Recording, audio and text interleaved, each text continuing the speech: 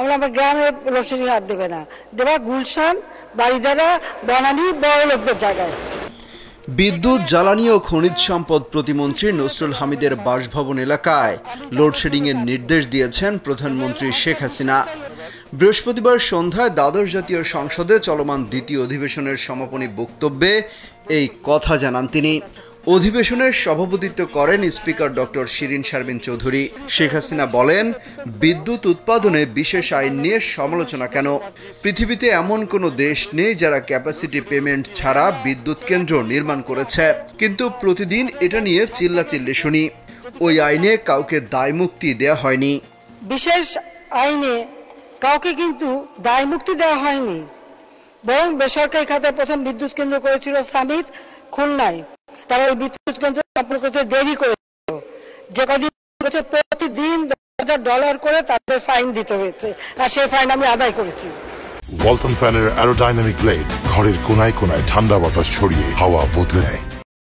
প্রধানমন্ত্রী আরো বলেন, বিদ্যুৎ উৎপাদন বহুমুখী করেছে সরকার। গেল কিছুদিন তীব্র গরমে কিছুটা লোডশেডিং হয়েছে।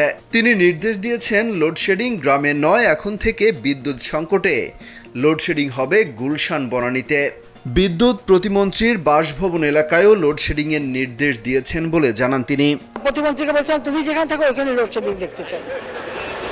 এ সময় তিনি বলেন, সামিটের বিলম্ব বিদ্যুৎ উৎপাদনের জন্য জরিমানা আদায় হয়েছে। বিশেষ আইন নিয়ে যারা কথা বলছেন, সমালোচনা করছেন, তারা অর্বাচীন।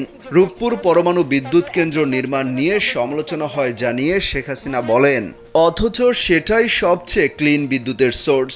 রূপপুরে আরও একটি পরমাণু বিদ্যুৎ কেন্দ্র নির্মাণ করা হবে বলেও জানান প্রধানমন্ত্রী শেখ হাসিনা।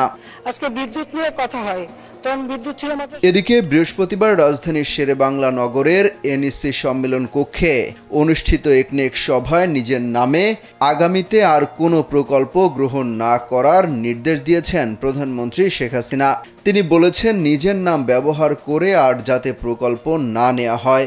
এমনকি খুলনার শেখ হাসিনা মেডিকেল কলেজ হাসপাতাল থেকে নিজের নাম বাদ দেওয়ারও নির্দেশ দিয়েছেন প্রধানমন্ত্রী।